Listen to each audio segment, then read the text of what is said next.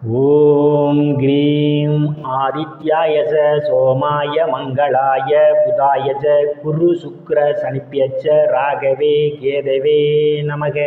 உலகை கட்டி காக்கும் பரமேஸ்வரன் பார்வதியின் திருவருளால் அனைவரும் நலமுடன் வாழ அந்த எல்லாம் வல்ல இறைவனை வணங்கி நேயர்கள் அனைவருக்கும் எனது அன்பான வணக்கங்களை தெரிவித்துக் கொள்கின்றேன். இன்றைய பதிவிலே நாம் பார்க்க இருப்பது வைகாசி மாதத்திற்கான ராசி பலன்கள். முதலில் கிரகங்களுடைய நிலைகளை பற்றி பார்க்கலாம்.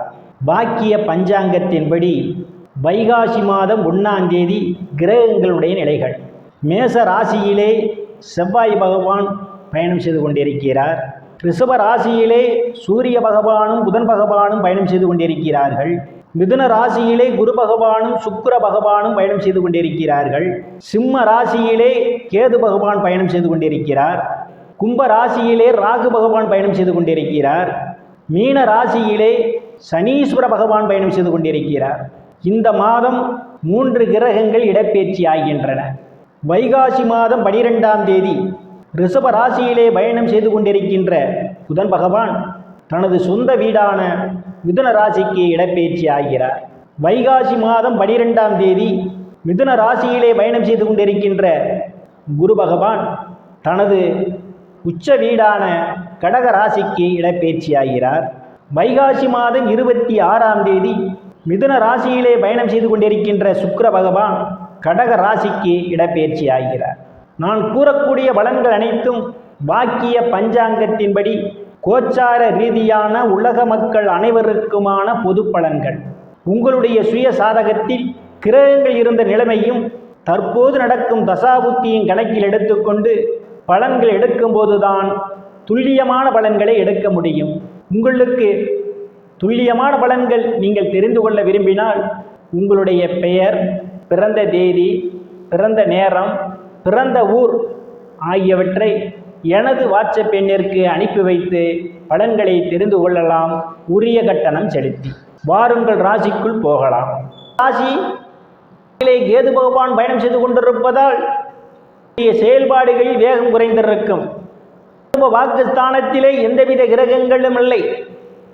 வாக்குஸ்தானத்தை சுக்கிர பகவான் பார்வையிடுவதால் வாங்கலில் மிகவும் எச்சரிக்கையுடன் நடந்து கொள்ள வேண்டும். இல்லாமல் அடுத்தவருக்கு பணம் பொறுப்பேற்றுக் கொள்வதை தவிர்ப்பது மிகவும் நல்லது. அந்த பணத்திற்கு நீங்களே முழு பொறுப்பேற்க வேண்டிய ஒரு சூழல் ஏற்படலாம். பேச்சிலே கவனம் தேவை. உங்கள் பேச்சு உங்களுக்கு பாதகத்தை ஏற்படுத்தலாம். குடும்ப உறுப்பினர்களுடன் அணிந்து போவது மிகவும் நல்லது. கருத்து மோதல்கள் ஏற்படும். வீரியஸ்தானத்தில் எந்தவித கிரகங்களும் இல்லை. வீரியஸ்தானாதிபதி உங்கள் ராசிக்கு 11ஆம் இடத்திலே இம்மாதம் 26ஆம் தேதி வரை அவர் பயணம் செய்து கொண்டிருப்பதாலும் வீரியஸ்தானத்தை 12ஆம் தேதி வரை பகவான் பார்வையிடுவதும் தானாதிபதியுமான செவ்வாயினுடைய பார்வையும் தைரியஸ்தானத்திலே விடுவதாலும் சிறு பயணங்களால் ஆதாயம் உண்டு. சுப செய்திகள் எல்லாம் வந்து கிடைப்பதற்கான ஒரு சூழல் உண்டு. சகோதர சகோதரனுடைய அன்பும் ஆதரவும் உங்களுக்கு நிறைந்திருக்கும். அவர்களால் அனுகூலமான பலன்கள் உண்டு. உங்களை கண்டு அஞ்சுவார்கள். எடுக்கப்பட்ட முயற்சிகள் அனைத்தும் வெற்றியை தரும்.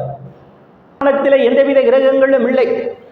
தானாதிபதி சுகஸ்தானத்தை பார்வையிடுவதாலும் 12ஆம் தேதியிலிருந்து பார்வையும் சுகஸ்தானத்திலே விடுவதாலும் அன்பும் ஆதரவும் உங்களுக்கு நிறைந்திருக்கும். தாயார் உங்களுக்கு பக்க பலமாக இருப்பார். கல்வி படிக்கக்கூடிய மாணவ மாணவிகள் எல்லாம் படிப்பிலே சிறந்து விளங்குவார்கள். நன்மதிப்பையும் பாராட்டையும் பெறுவார்கள். வீடு வாகனம் வாங்குவதற்கு யோகம் உண்டு. வாகனத்தை மாற்றி புதிய வாகனம் வாங்குவதற்கான அமைப்பும் உண்டு. தொழில் செய்து கொண்டிருப்பவர்களுக்கெல்லாம் விவசாயத்திலே அபரிவிதமான முன்னேற்றம் உண்டு. கூடுதலான வருவாயும் உண்டு.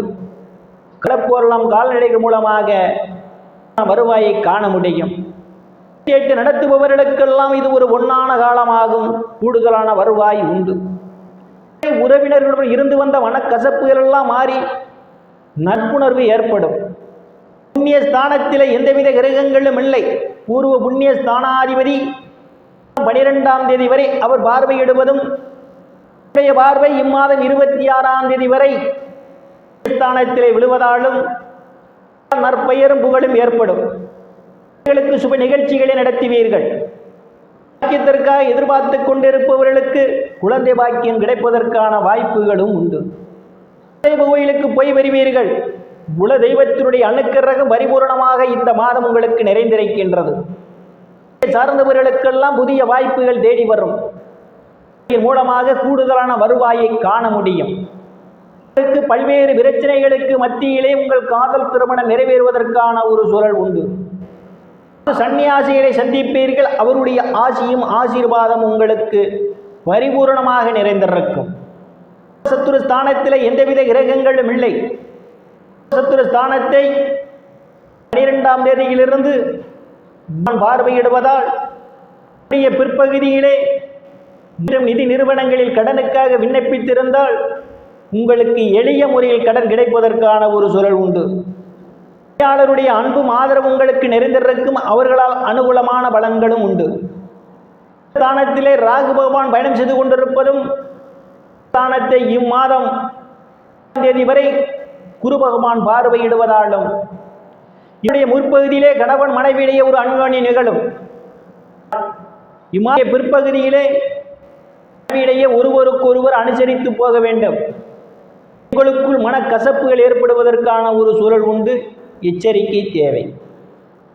சனீஸ்வர பகவான் பயணம் செய்து கொண்டிருப்பதால் மன உளைச்சல்கள் உங்களுக்கு ஏற்படுவதற்கான ஒரு சூழல் உண்டு. அடுத்தவர் பிரச்சனையில் தலையிடுவதை தவிர்த்துக் கொள்வது மிகவும் நல்லது. ஸ்தானத்திலே பாக்கியாதிபதி செவ்வாய் பகவான் ஆட்சி வளத்தோடு பயணம் செய்து கொண்டிருப்பதால் தன்னுடைய அன்பும் ஆதரவும் நிறைந்திருக்கும். தந்தை உங்களுக்கு பக்க பலமாக இருப்பார். சொத்துக்களில் ஏதேனும் பிரச்சனைகள் இருந்தால் சாதகமான முடிவுக்கு வருவதற்கான ஒரு சூழல் உண்டு. காரியங்களிலே ஈடுபடுவீர்கள். சிலர் புண்ணிய ஸ்தலங்களுக்கெல்லாம் போய் வருவீர்கள். செல்வதற்காக முயற்சி செய்து கொண்டிருப்பவர்களுக்கு வெளிநாடு செல்வதற்கான வாய்ப்புகளும் தேடி வருகின்றது. படிப்பு படிக்கக்கூடிய மாணவ மாணவிகள் படிப்பிலே சிறந்து விளங்குவார்கள். பேராளுடைய நன்மதிப்பையும் பாராட்டையும் பெறுவார்கள். அந்நிய மதத்தினரால் அனுகூலமான பலன்கள் உண்டு. தெரியாதவர்களெல்லாம் உதவிக்கரம் நீட்டுவார்கள். வெளிநாட்டில் சென்று படிப்பதற்காக முயற்சி செய்து கொண்டிருக்கக்கூடிய மாணவ மாணவிகளுக்கு காலம் கனிந்து வருகின்றது. ஸ்தானத்திலே சூரிய பகவான் பயணம் செய்து கொண்டிருப்பதாலும் இணைந்து இம்மாதம் தேதி வரை ஸ்தானாதிபதியும் தனங்குடும்ப வாக்கு ஸ்தானாதிபதியுமான புதன் பகவானும் பயணம் செய்வதாலும் இருப்பவர்களுக்கெல்லாம் அவரவர் தகுதிக்கு ஏற்றவாறு வேலை கிடைப்பதற்கான ஒரு சூழல் உண்டு. பணியில் இருப்பவர்களுக்கு பதவி உயர்வு பாராட்டு கிடைக்கும். அரசியலில் நல்ல முன்னேற்றம் உண்டு. இருப்பவர்களுக்கெல்லாம் தொழிலிலே அபரிவிதமான முன்னேற்றம் உண்டு. கூடுதலான வருவாயை காண முடியும். சம்பந்தப்பட்ட பணிகள் ஏதேனும் நிறைவேறாமல் இருந்தால் இந்த உங்களுக்கு கைகூடும். இம்மாதம் வரை குரு பகவான் பயணம் செய்து கொண்டிருப்பதும் 26ஆம் தேதி வரை சுக்கிரனுடைய பயணமும் இருப்பதாலும் அன்பும் ஆதரவும் நிறைந்திருக்கும். அவர்களால் அனுகூலமான பலன்கள் உண்டு. நண்பர்கள்லாம் உங்களுக்கு பக்க பலமாக இருப்பார்கள். நீங்கள் செய்யக்கூடிய தொழிலில் இரட்டிப்பான வருவாய் உண்டு. எந்தவித கிரகங்களும் இல்லை. சுகாதிபதியும் பாக்கியாதிபதியுமான செவ்வாய் பகவான் பார்வையிடுவதும் 2ஆம் தேதியிலிருந்து பயணமும் விரயஸ்தானத்திலே விழுவதாலும் சில செலவுகள் ஏற்படுவதற்கான ஒரு சூழல் உண்டு. அதற்கான வாய்ப்புகளும் தேடி வரும். இறைவனுடைய திருவருள் அனைத்து செல்வச் செழிப்பும் பெற்று சிறப்புடன் வாழ அந்த எல்லாம் வல்லவனை வணங்கி நேயர்களை மீண்டும் அடுத்த பதிவில் சந்திக்கும் வரை விடைபெறுவது ஜோதிடர் எஸ் ராமன். நன்றி, வணக்கம்.